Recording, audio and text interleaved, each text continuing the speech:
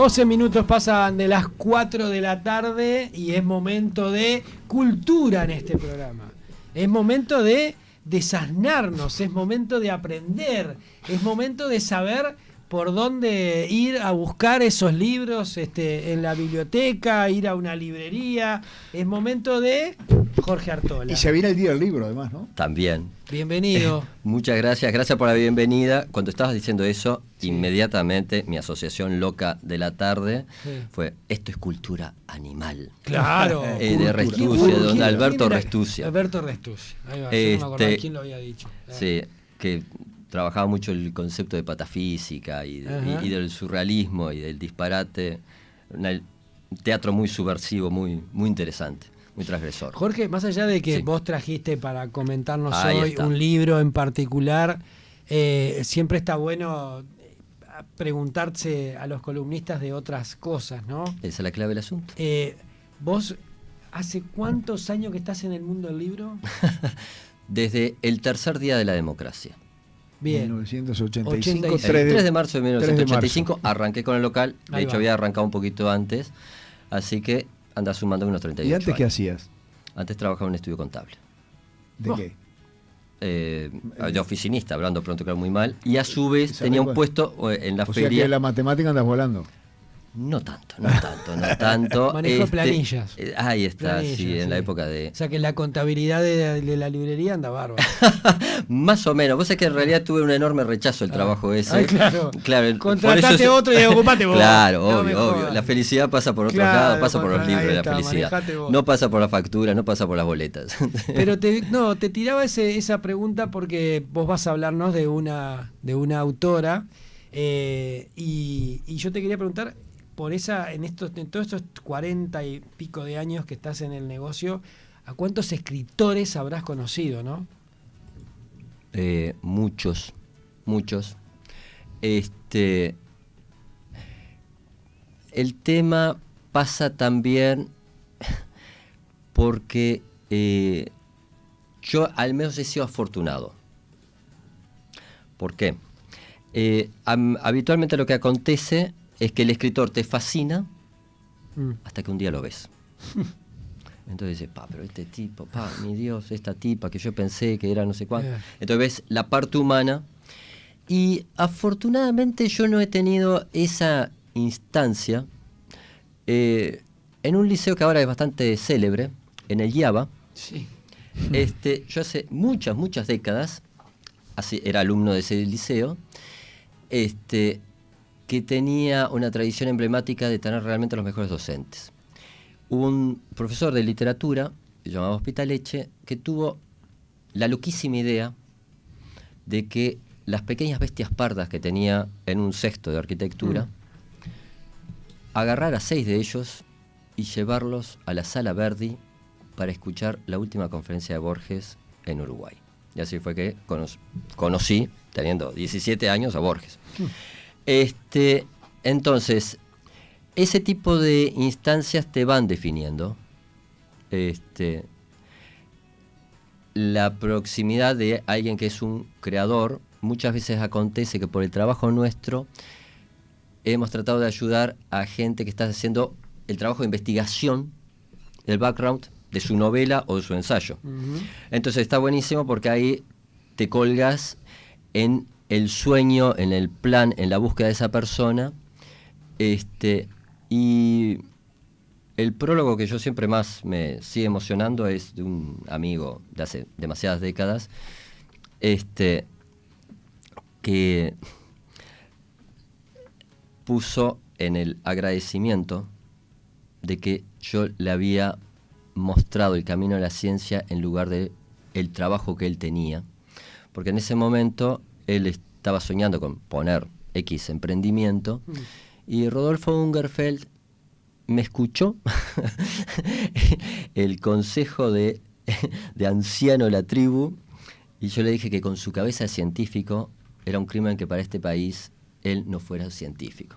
Eso estaba diciendo un chiquilín de 20 años, lo cual ya hace 30 y pico de años. Entonces todo eso en realidad era casi un delirio mío personal, y él es uno de los científicos, uno de los biólogos más destacados que tiene Uruguay a nivel mundial. ha sacado obviamente el premio Caldero Barcia acá en Uruguay,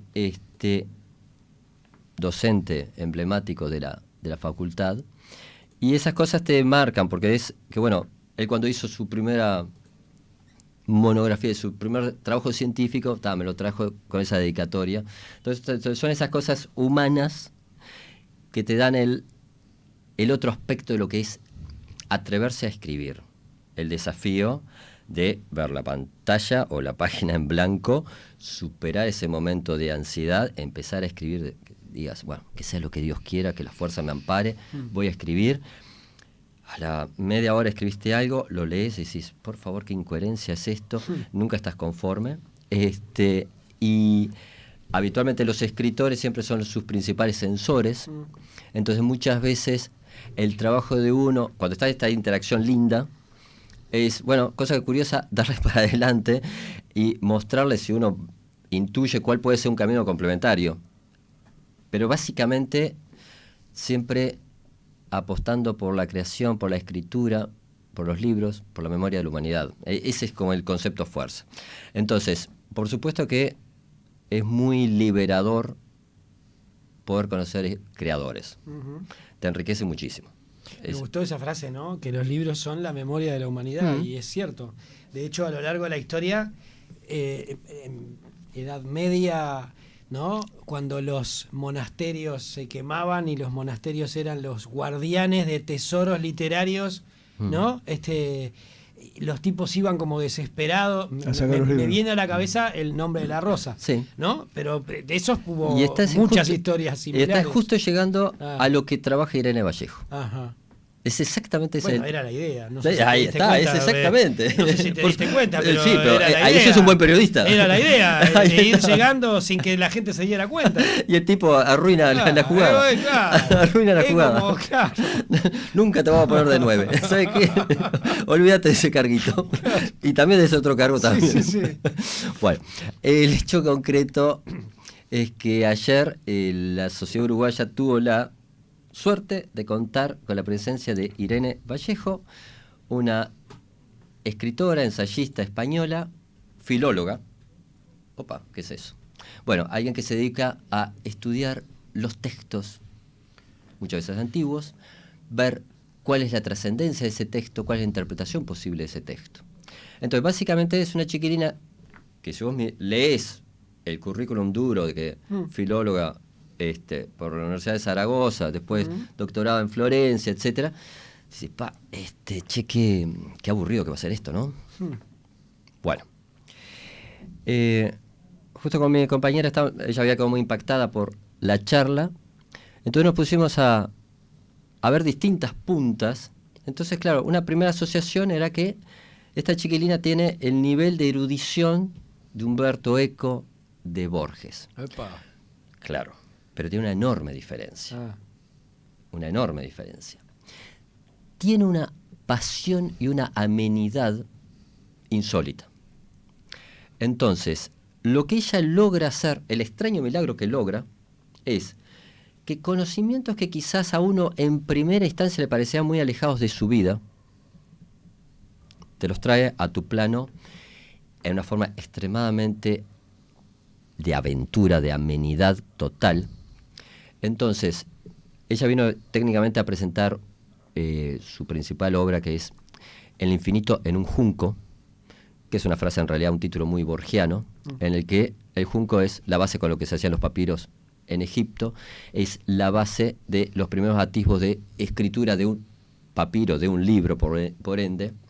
Y la idea que en algo tan débil como una hojita de una planta se pudiese atesorar la memoria de la humanidad, es con lo que ella juega y te va mostrando algunas particularidades deslumbrantes. ¿Cuáles han sido las pulsiones que la humanidad en sus diversas etapas ha tenido frente a ese conocimiento y esa memoria? Muchas veces atesorarlo tan solo para uno. De hecho, arranca el infinito en un junco, arranca de una forma totalmente casi cinematográfica. Es una partida de guerreros galopando en la noche oscura, con sus alforjas llenas de libros, monedas y armas. Porque ellos vienen a conseguir libros para la Biblioteca de Alejandría, por las buenas o por las malas. Si eran las buenas, pagaban con monedas, si eran las malas, te los llevaban con las armas. Ahí está. Mirá. Entonces, la Biblioteca de Alejandría se nutría en que cada barco que llegaba a ese puerto tenía que entregar los libros y se le sacaba una copia. Era el principal centro comercial de la antigüedad y ese era uno de los tantos mecanismos que tenía esa biblioteca para estarse continuamente nutriendo del saber de todo el mundo antiguo. Pero Irene Vallejo lo que te va mostrando es que si bien tuvo esa pulsión por conservar, atesorar, también estuvo por esconder, prohibir. Entonces, muchas veces la Inquisición, ciertas ideologías políticas, persiguieron ardorosamente e inútilmente ese objeto tan, la definición es de Irene Vallejo, tan peligroso y poderoso que es el libro. Porque a ella le preguntan sobre el futuro del libro, entonces va contando que cuando ella estaba escribiendo, bueno, todas las personas más o menos que andaban en su alrededor le decían: ¿pero para qué estás escribiendo si ahora es la época de las pantallas, de las redes sociales? Nadie va a leer nada, mucho menos de esta historia hace 3.000, 2.000, 1.500 años. ¿A quién le interesa? Bueno, y cuando ves las miles de personas que se agolparon en Buenos Aires y acá en Montevideo, te das cuenta que el milagro de los libros está mucho más vivo de lo que uno presupone. Ella maneja un tercer nivel que es fascinante, que es que habitualmente en su campo, en la filología clásica, habitualmente todos los nombres que uno encuentra son nombres masculinos. Y ella, una de esas hipótesis locas que tiene es una asociación que es el texto con lo textil. Entonces, como la urdimbre, la trama de una narración, te van acercando etimológicamente a la rueca, al tejido, que eran actividades claramente femeninas. Y entonces se empieza a rastrear la muy invisible y poderosa fuerza que han tenido las mujeres en la cultura a lo largo de milenios, y que recién ahora está empezando a ser visible. Entonces, bueno, claro, va contándote lo que era su acceso a una cátedra de filología, cuando eran realmente muy pocas las mujeres, lo que es el evento de que, bueno, bibliotecarias, libreras, estén dando cada una batalla distinta, muchas veces invisibilizadas, sobre propagar la cultura. Que es una actitud totalmente distinta a las primeras que habíamos visto, que era ocultar, quedármela, restringir el acceso. No, esto es entregar, es dar a la luz los libros. Todas esas metáforas muy mágicas son las que hacen que los textos de ella son muy pasionales, porque a su vez lo va atando con su vida personal, con lo que implicó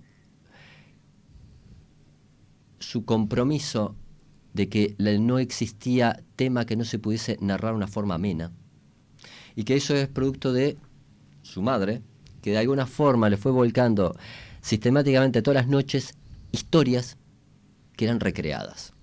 Entonces, a partir de eso, como ella empezó lentamente a autopercibirse con la persona que podía un día escribir cosas distintas.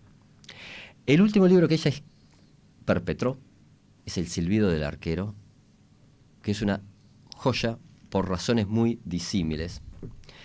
Primer punto, porque es un mecanismo muy borgiano, que toma un tema que uno habitualmente tiene, más allá si uno lo leyó o no, es la Eneida de Virgilio revisitada. Entonces, vamos a retrotraernos un poquito. Virgilio es el tipo que tiene la suerte de ser contratado por un emperador romano, por Augusto, para escribir un texto que le dé honor y autoestima a los romanos. Entonces, ¿qué pasaba? Los romanos eran unos genios haciendo acueductos, ganando batallas, legislando, y su idioma la verdad que funcionaba muy bien. Pero ellos la verdad que se sentían hechos unos pequeños palurdos frente a los muy sabios y cultos griegos. Bien. Problema técnico grave cuando estás tratando de armar un imperio y tus ciudadanos se sienten unos ignorantes, unos brutos, frente a unos que son los los cracks. Pero ellos se creían, según la leyenda, los romanos se habían autoproclamados herederos de los griegos, ¿no? Los troyanos. De los troyanos. Claro. Lo que hace Virgilio es exactamente lo que vos estás diciendo. Empieza a buscar a la vuelta, claro, y dice, ok, ¿cuál es la principal obra de los griegos? La Ilíada, claro, la Odisea. Bien, acá tenemos la solución. Vamos a buscar cómo armamos la historia de uno que claramente no murió. Entonces el príncipe Eneas no estaba muerto en ninguna parte, claro, estaba nombrado pero no estaba muerto. Ok, bueno, vamos a escribir una historia de que este sobrevive, se logra escapar de Troya y fundar Roma. Años más tarde, ahí está, sus descendientes van a lograr fundar Roma. Entonces, esa es una historia, de alguna forma, de guerreros y con una clarísima función política. O sea, era un mandado político. O sea, escribime rápido esto. Entonces, un paréntesis muy menor, a Virgilio le llevó muchos años escribir esta obra, porque claro, uno, era el compromiso político, dos, de alguna forma tenía que hacer algo que estuviese a la par de Homero, y eso no es tan fácil. Era todo verso. Por supuesto. Nada. Entonces, cuando él básicamente termina la obra, básicamente ya estaba para fallecer. Y entonces una de sus voluntades es que la Eneida había quedado básicamente mal escrita, que la eliminaran. Obviamente sus herederos no hicieron caso y la Eneida ha llegado hasta nosotros. Irene Vallejo, esta historia, que es la clásica, ¿no?, de alguna forma, la reescribe en una forma polifónica, o sea, con muchas voces. Entonces básicamente lo que se hace es recuperar uno de los naufragios de Eneas, que es cuando llega a las costas de Cartago, que va a ser la ciudad que va a entrar en competición con Roma, que va a ser el paralelo a la Guerra Fría en el mundo antiguo. O sea, Roma y Cartago están enfrentadas a lo largo de los siglos hasta que cae Cartago. Virgilio, en función de todo eso, había tomado uno de los capítulos de que parte de la peripecia acontecía en Cartago, y el frustrado amor de la reina de Cartago por Eneas es parte de la historia de la Eneida. Entonces lo que hace Vallejo es esa misma historia, reescribirla a partir de las dudas de Virgilio y a partir de contar todas las otras voces que estaban básicamente invisibilizadas en la Eneida, básicamente dándole la voz a las mujeres de esa historia. Entonces, logra hacer una pequeña obra de arte en la que, primer punto, te recontra divertís aunque no hayas leído la Eneida.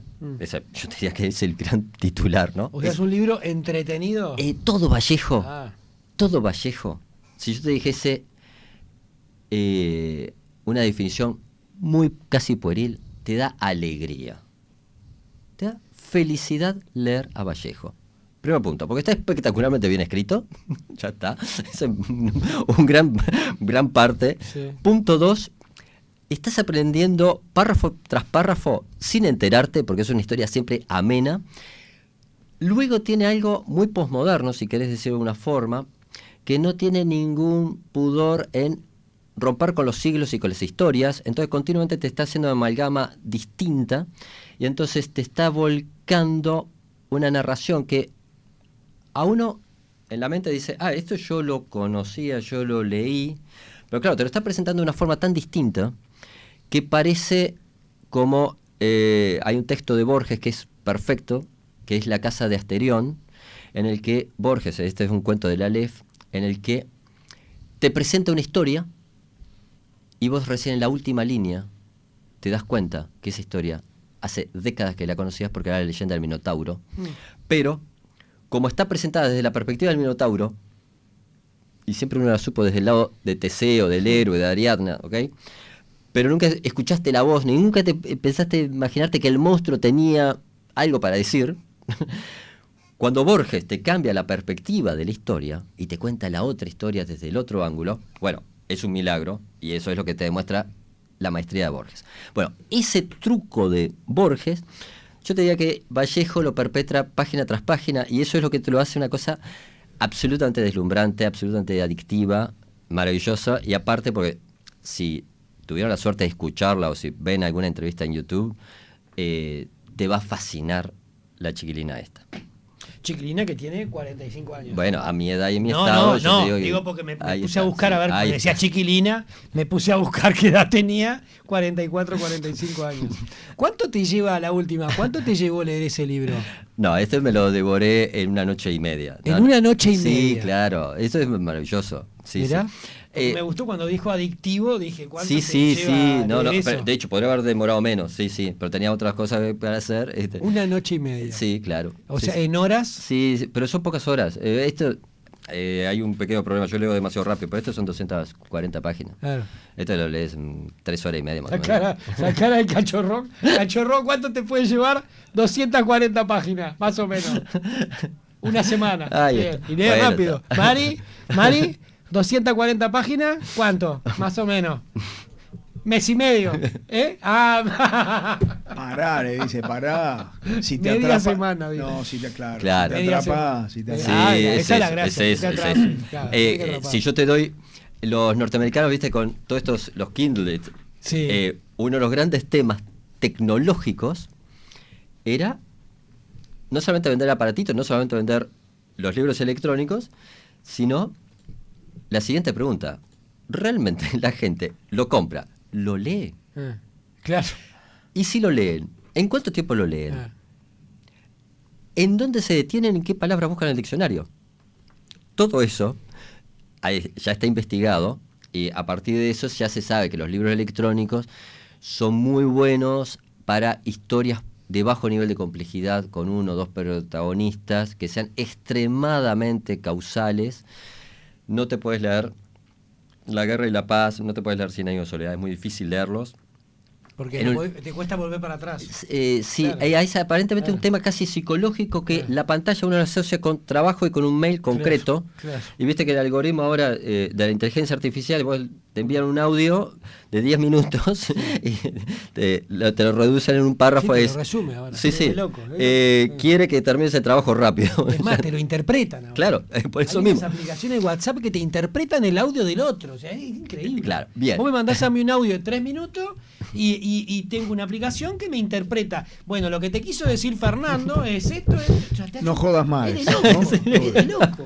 Es increíble. Exactamente. Entonces, ya se sabe eso, y entonces uno de los puntos era que la narrativa compleja es mucho más fácil leerla en papel que en un Kindle, y que por ende los ensayos, habitualmente la mayor parte de las personas quedaban derrotadas en la página 100. En los Kindles. En los Kindles, sí. Entonces ya se sabe dónde el tipo hasta dónde había llegado con el cursor y ya estaba, hasta ahí había llegado. No había forma de mentirle al algoritmo. Entonces, por eso también te insisto mucho en que el gran milagro de Vallejo es comunicar la alegría del placer de la lectura. Pasarte la luz de que te puedes divertir mucho, puedes aprender mucho y la puedes pasar muy bien. Entonces, eso es un mensaje muy poderoso. Y a su vez, también te está contando por qué el libro ha tenido tantos enemigos tan poderosos y por qué el libro siempre venció. Y ya lo saben, ¿no? Si quieren libros. Lo dijo el se otro van. día el ministro de Sí. Educación, dijo eso. El cine resistió embates y sigue viviendo. Claro. El teatro resistió embates y sigue viviendo. Por Y el que supuesto. más embates recibió y resistió fue el libro. Y la radio recibe embates y sigue viviendo. Y Claro. sigue viviendo. 100 años el año Sí, pasado. sí. Eso es el soporte de la cultura. O sea, los diversos soportes de la cultura es necesaria para vivir. Animal. Esa es también, ahí está. Animal. Más allá que seamos animales medio parditos. Diomedes Libros, ustedes ya lo saben, ¿no? Está en Boulevard España 2129. Libros nuevos y libros.